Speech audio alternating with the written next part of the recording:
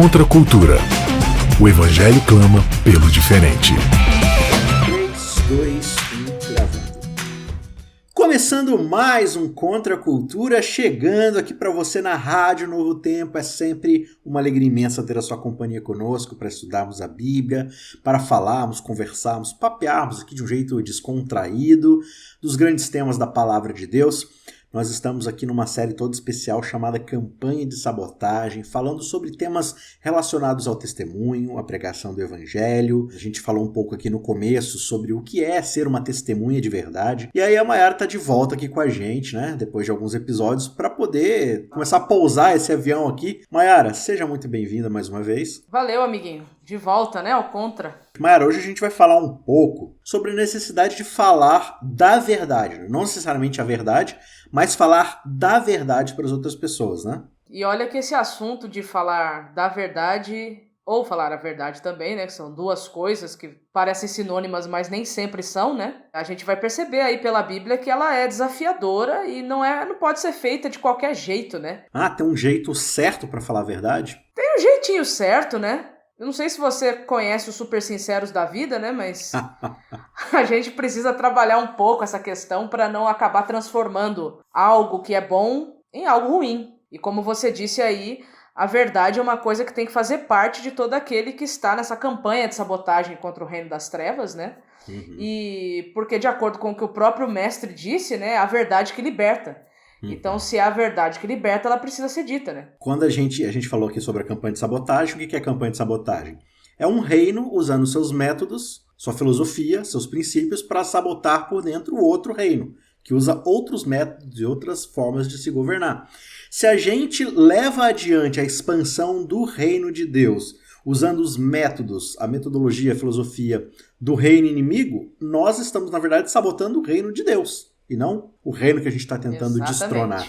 Então a gente tem que tomar muito cuidado, porque muitas vezes na ânsia de levar a verdade à frente, se nós não estivermos absorvidos pela verdade, se nós não tivermos absorvido essa verdade, vivendo ela na nossa vida, na hora da gente passar ela para frente, a gente só vai passar um conceito, né? A gente só vai dar pedradas de conceito nas pessoas e isso não é bom para ninguém, né? Isso não... Claro que o Espírito Santo ele sempre vai ser fantástico, sempre vai trabalhar dentro do possível para salvar as pessoas, mas quantas vezes a gente não pode acabar dificultando na vida das pessoas por falar as coisas de forma ríspida, de forma fora de lugar, sem o espírito adequado para isso, né, Mayara? Exatamente. Já vai percebendo, né, aí que a verdade ela não entra só numa questão conceitual, como você disse, né? Uhum. A própria Bíblia vai trabalhar a verdade de algumas maneiras, né, sendo uma delas principalmente sendo uma personificação de alguém. Então, se eu preciso falar desse alguém, não pode ser de qualquer jeito, né? Uhum. Ou do jeito que eu acho que tem que ser. Então é isso aí, estamos nesse 9º episódio para falar um pouco sobre a verdade e como levar essa verdade adiante.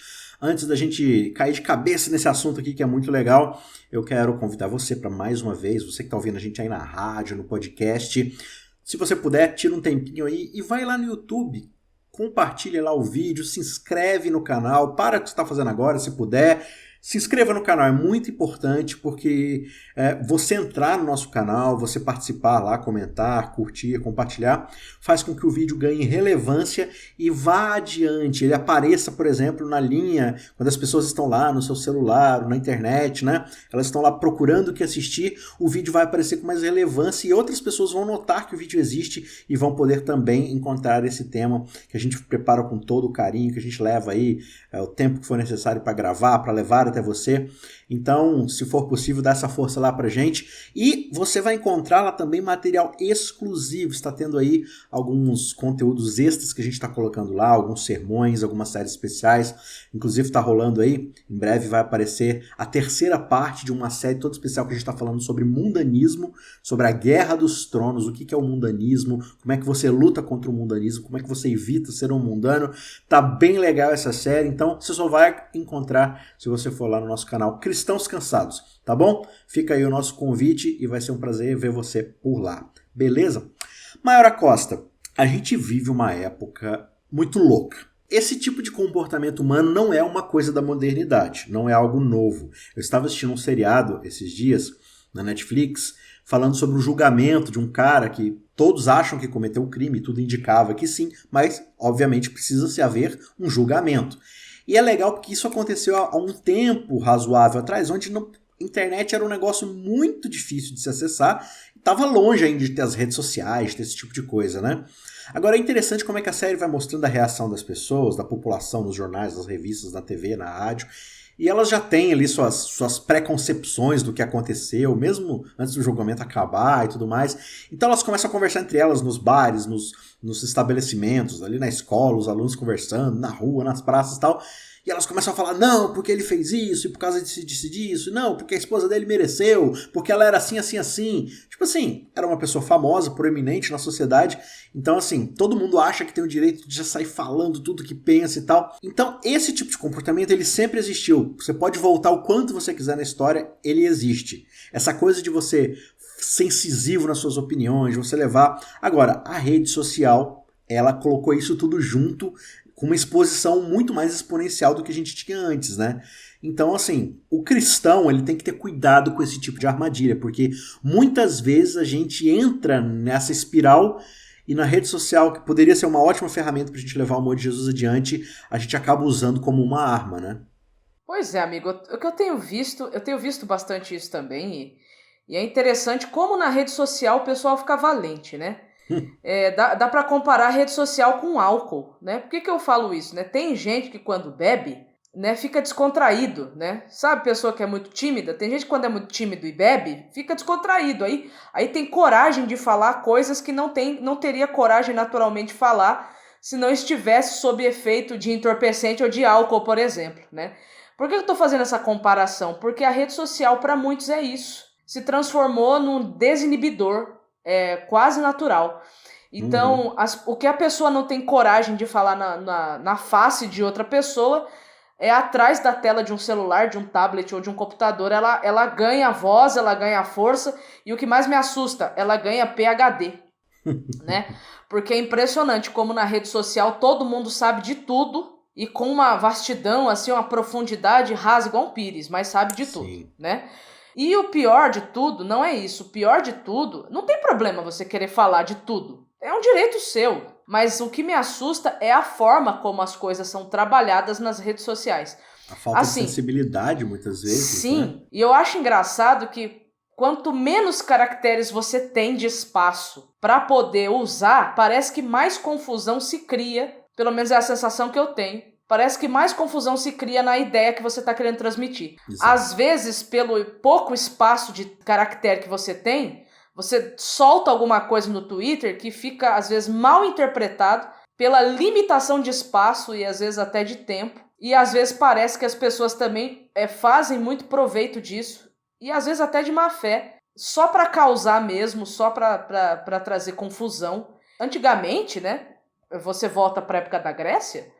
As pessoas iam para as praças públicas poder discutir as suas ideias e ficavam, às vezes passavam o dia lá discutindo, né, sobre as suas ideias, fazendo apologia das suas ideias, né? Hoje você tem a rede social e aí, salve-se quem puder, é cobra engolindo cobra e aí você fica assustado com alguns comentários, com alguns posicionamentos e às vezes até mesmo com uma certa falta, talvez, de posicionamento. É que hoje está complicado no seguinte sentido. Parece que você é obrigado a estar de um lado ou de outro. Parece que você não... Aquela pessoa hoje que quer ser um pouco mais sensata, que quer conhecer um pouco os dois lados, né? Para ver se tem como harmonizar as ideias ou se realmente é só um lado que está certo. Parece que essa pessoa hoje que quer viver de uma forma um pouco mais equilibrada, ela é muito mal vista por essa sociedade midiática da rede social de hoje, né? E aí a gente vê os descalabros que acontecem... Quando muitas vezes nós, como cristãos, e eu devo admitir que eu já fui vítima desse tipo de impulso, vítima, assim, no sentido de cair no pecado, né? Mas também, assim, perpetuador desse tipo de pecado, né? Eu já fui um opressor de alguém ao querer impor minha vontade, ao ir com muita rispidez, né? E muitas vezes isso acontece, você vê algum tema, alguma discussão acontecendo, a gente já vai batendo em cima e tal, e quantas vezes a gente vê esse tipo de comportamento nas redes sociais, né? A pessoa chega e fala assim, porque vocês, por causa disso, e vão pro inferno por causa daquilo, isso aí Deus vai castigar tudo isso, não sei o que lá, e vocês isso daí, vocês não sei o que, e xinga e briga, E aí você percebe que a temperança, que a mansidão, que a pacificação, que são dons do Espírito, passam longe desse tipo de comportamento, né? A pessoa acha que simplesmente sair defendendo a verdade. O calor do momento não permite que o frescor do Espírito sopre. Sim, exatamente. E aí o que vai acontecer, Mayara? Por causa desse comportamento de muitos, né? Pedro ele vai dizer que isso pode ser usado para os nossos dias com certeza, né? Que por causa do comportamento de muitos professos cristãos, o nome de Cristo é blasfemado, né? O nome de Cristo é zombado. Por quê? Porque as pessoas olham e falam assim, mas olha, se isso aí é ser cristão, se isso aí é seguir a Cristo, você tá louco que eu vou fazer isso também, né? É interessante você mencionar isso, porque você falou de Pedro, né? Pedro, ele escreve 2 cartas, né? Assim, a gente sabe para quem ele estava escrevendo, né? Eram para os judeus da dispersação, né? Porque é assim que ele começa as cartas, né?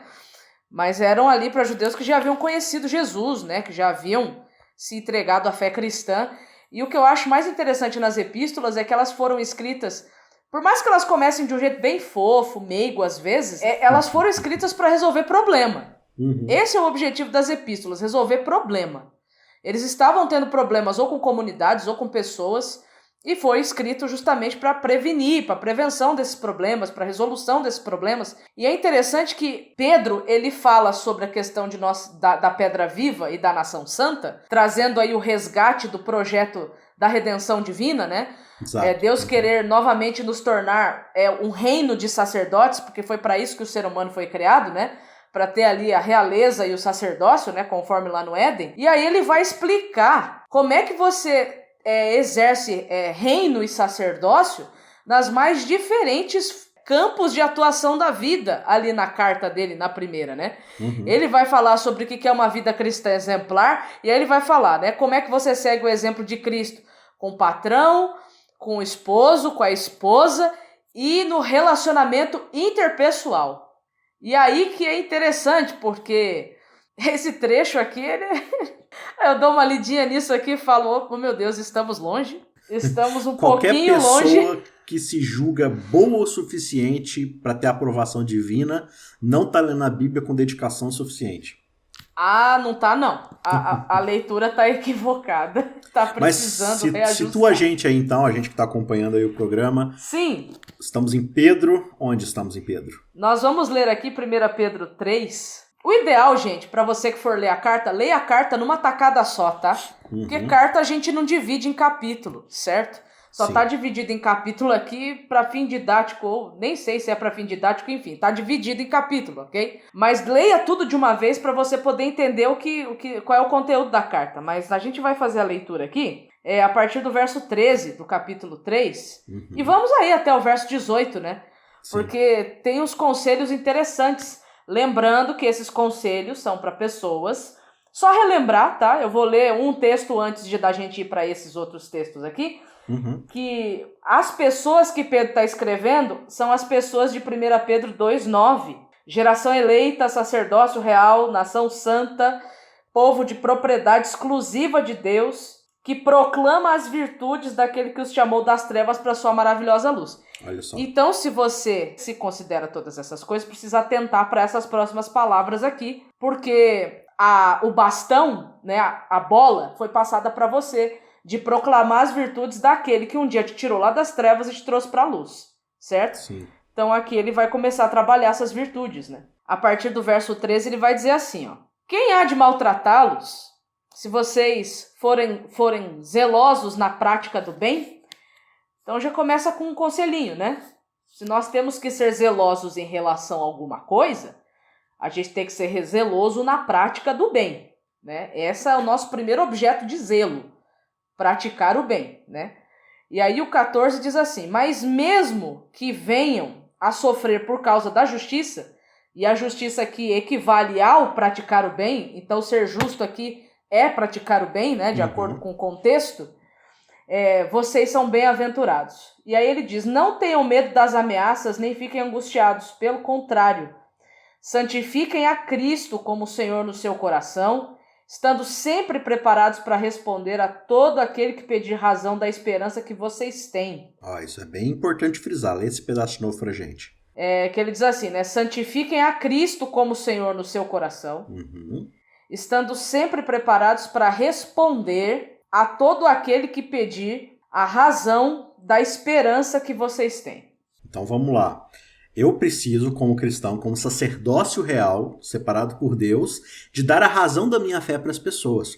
Só que para que isso aconteça, para que eu esteja apto a falar de Deus para as pessoas, qual que é o passo anterior do começo do verso 15 que eu tenho que dar? Eu tenho que santificar Cristo como Senhor no meu coração. O que isso significa? É bem interessante, né, Mayara? Não sei se você lembra. O Senhor é aquele que manda em você, é aquele que tem autoridade sobre sua vida, que ele fala e você obedece. E a palavra Senhor aqui, Kyrios, não é um Senhor qualquer. Sim. É um Senhor absoluto. Total, ele fala, você nem questiona, né? E aí eu lembro desse mesmo Pedro que está escrevendo aqui, quando Jesus fala para ele assim, Pedro, vamos fazer tal coisa. E ele responde, não, Senhor, jamais. Aí eu falo assim, cara, não tem como você falar as palavras não e Senhor na mesma frase. Elas são incongruentes, elas não encaixam. Não tem essa de não, Senhor. Falou, é pronto e acabou, né? Então, o que significa santificar Cristo como Senhor no nosso coração? Significa que nós vamos viver neste reino desse Senhor de acordo com os valores absolutos dele na nossa vida. E que valores, né, são esses? Na prática do bem, que é chamado aqui de justiça. Exatamente. Então, para você poder querer responder para alguém a fé que você tem, esta fé tem que estar ativa na sua vida. E essa fé, ela se demonstra através da praticidade, da prática. Ela não existe apenas no campo cognitivo. Ela não existe apenas no campo sentimental. Isso é algo que traz transformação para a vida, né? Então, assim, o que significa dar razão dessa esperança, dessa forma, né? Cristo santificou meu coração, ele habita meu coração. Aí acho que o verso 16 vai dar sequência nisso, né? O 16 diz que ao responder a todo aquele sobre a esperança que nós temos, isso tem que ser feito com mansidão e temor, com boa consciência, de modo que naquilo em que falam mal de vocês, fiquem envergonhados, esses que difamam a boa conduta que vocês têm em Cristo. Então olha os passos aqui, né? Tenha mansidão, ou seja, tenha calma, tenha um espírito de brandura. Ele fala aqui de ter uma boa consciência. O que é ter uma boa consciência? É ter semancol do Espírito Santo.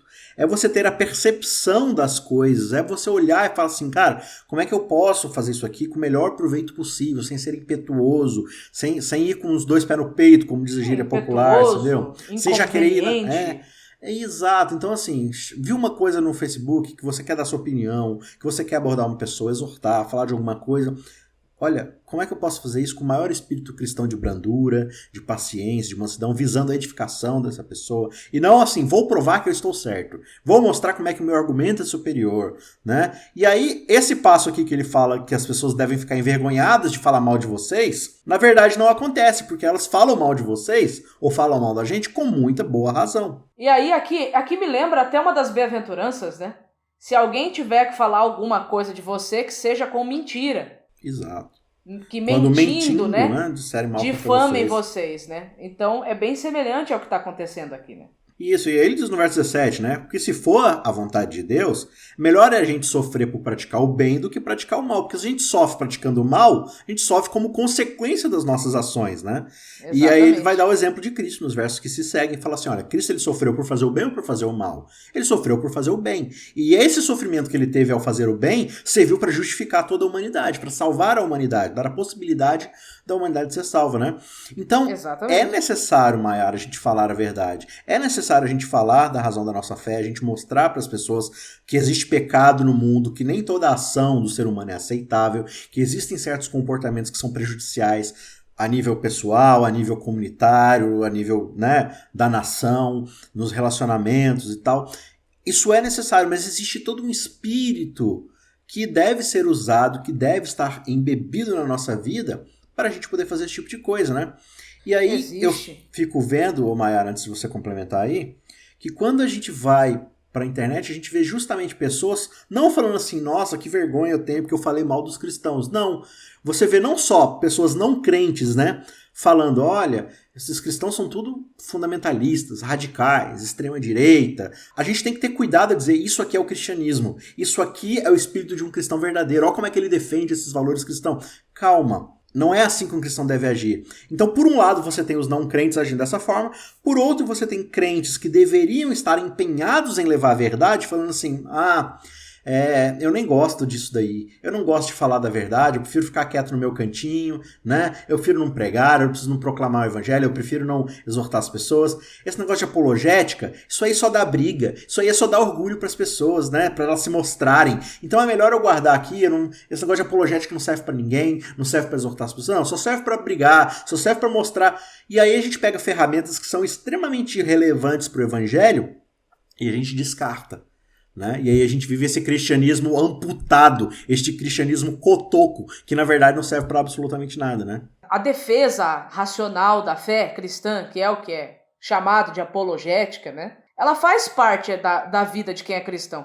Quantas vezes o próprio Cristo, ele teve que defender de acusações ou teve que dar explicações em relação ao porquê ele estava fazendo as coisas da forma como ele estava fazendo. Então isso vai fazer parte da nossa vida. Agora, o que o Pedro está mostrando aqui é que não existe uma apologética, primeiro, sem Cristo ser o Senhor da vida. Porque se Cristo não for o Senhor da vida, não é apologética. Você não vai estar defendendo a verdade que é Cristo. Você vai estar defendendo a sua verdade. Aí a sua verdade é a sua verdade.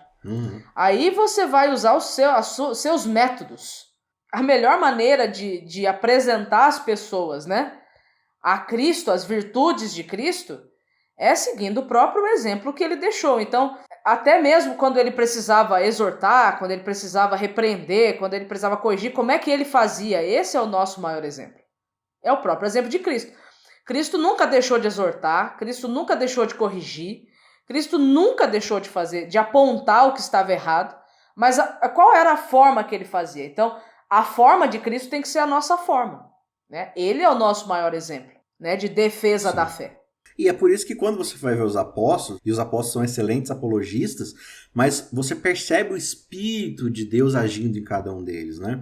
Então, assim, essas ferramentas, elas são necessárias, elas estão extremamente necessárias. Efésios 4, verso 7, olha como é que é importante essa questão da edificação, da exortação, de falar a verdade, mas olha o tipo de espírito que Paulo também diz, né? Ele começa falando aqui no 7, a graça que foi concedida a cada um de nós, segundo a medida do dom de Cristo, né? E aí ele vai dizer, ele vai entoar aqui um salmo, né? Ele vai dizer o seguinte, Salmo olha... 68 aqui. Exatamente, Salmo 68. Quando Jesus subiu às alturas, levando o cativeiro, ele concedeu dons aos homens, né? Então ele está falando que, olha, quando Cristo foi para o céu, ele derramou o Espírito Santo sem medida sobre as pessoas para que elas tenham dons. Mas para que servem esses dons? E aí o verso 11 vai dizer o seguinte, olha, ele concedeu uns para apóstolos, outros para profetas, outros para evangelistas, outros para pastores e mestres. Ou seja, todos esses daqui estão envolvidos na questão do ensino, né? Da exortação, tal. Cada um de um tipo diferente de abordagem, mas todos empenhados na palavra, no ensino, né? E o verso 12 diz, para que servem esses dons? Com vista no aperfeiçoamento dos santos, para o desempenho do seu serviço, para a edificação do corpo de Cristo, até que todos cheguemos, olha isso aqui que legal, à unidade da fé, né? E do pleno conhecimento do Filho de Deus, ao estado de pessoa madura, à medida da estatura da plenitude de Cristo. E aí olha o verso 14, para que não mais sejamos como crianças arrastadas pelas ondas e levados de um lado para o outro por qualquer tipo de vento de doutrina, pela artimanha das pessoas, pela astúcia com que induzem ao erro, mas seguindo a verdade em amor. Olha que importante isso aqui, ó. Seguir a verdade em amor. Cresçamos em tudo naquele que é a cabeça, Cristo. E aí ele vai falar, para que em Cristo o corpo bem ajustado, tendo Cristo como cabeça, né? O corpo bem ajustado vai crescer, vai dar auxílio, vai servir, vai cooperar, vai edificar, vai crescer. Enfim, Mayara, eu quero ouvir seu comentário rapidamente, mas o ponto aqui que ele fala é o seguinte, olha, se a gente descartar a verdade, esses dons, porque tem pessoas utilizando de forma equivocada, o que vai acontecer? As pessoas não vão crescer, não vão amadurecer, não vão dar frutos, e aí a gente vai começar a ficar batendo cabeça, levado por qualquer tipo de engano, qualquer teoria da conspiração, qualquer pessoa que sai por aí dizendo, eu sou cristã, e aí faz isso, aí você acha que aquele é cristianismo porque você não sabe discernir, porque você não viu a parte correta. Então, é necessário, né, é necessário a gente utilizar esses dons para a pregação da verdade. Uma coisa que me chama a atenção nesse trecho é que aqui você tem claramente, pelo menos para mim, uma excelente distinção entre talento e dom. Sabe? Você até pode ser muito talentoso, mas se você usa isso só para benefício seu, vai ficar sendo só um talento mesmo. Porque o dom, realmente, ele se torna, né? Um talento se torna um dom quando você começa a usar isso para edificação dos outros, né? Então, Cristo, ele concede os dons para quê? Para que nós possamos ajudar-nos uns aos outros a crescer, a se tornar pessoas melhores, a nos tornarmos pessoas mais maduras, a não ficarmos aí presos nos mimimis da vida, né? Porque de mimimi já tá cheio, né? Chega, né? Povo inflamado, né? Chega. E é muito interessante porque o dom não é para despertar rivalidade, o dom não é para despertar briga, não é para despertar disputa, né? O dom é para promover edificação, né? Edificação das pessoas, né? Dos outros. E o Espírito Santo foi dado com essa finalidade, os dons foi concedido com essa finalidade para promover unidade, né? Para promover realmente bons relacionamentos dentro do corpo de Cristo, né? Exato. A gente chegou ao fim do episódio. Eu quero, pra gente fechar, ler aqui um texto muito importante. É um texto muito mais amplo, mas eu vou ler aqui o finalzinho, que é um texto de Ellen White, que está em O Desejado de Todas as Nações, página 212, no segundo parágrafo. Diz o seguinte: muitos se têm na conta de cristãos, ou seja, muitos se consideram cristãos simplesmente porque concordam com algum tipo de dogma teológico. Só que eles não introduziram, não assimilaram a verdade na vida prática deles. Não creram nela nem a amaram e, portanto, não receberam o poder e a graça que advém mediante a santificação da verdade. E aí, olha que legal. Os homens podem professar fé na verdade, mas se ela não os torna sinceros, bondosos, pacientes, dominados, ou seja, refreados, né? Tomando prazer nas coisas de cima, ou seja, se a verdade não torna essas pessoas nesse tipo de pessoa, ela é uma maldição ao seu possuidor e por meio da influência dessa pessoa, a verdade se torna uma maldição para o mundo. Então a verdade que é feita para edificar, para abençoar, para corrigir, para fazer as pessoas amadurecerem e crescerem, ela é estragada por meio da conduta daqueles que pegam isso e usam por meios escusos, né? Ou seja, a gente precisa pegar essa verdade e assimilá-la e ser transformado pelo Espírito de Deus para nos tornarmos pessoas mansas, amoráveis, pacificadoras, assim como Cristo é. E assim essa verdade vai se tornar uma bênção para também levar o amor de Cristo para as outras pessoas. Mayara, mais uma vez, muito obrigado pela sua participação. Eu que agradeço, amigo. É sempre bom estar aqui. É sempre um prazer ter você aqui e eu espero você na semana que vem, viu, Mayara? Tamo junto semana que vem de novo. E você também que nos ouve, eu espero você na semana que vem pra gente continuar esse bate-papo. Um abração, fique com Deus e até lá. Contra a cultura. O Evangelho clama pelo diferente.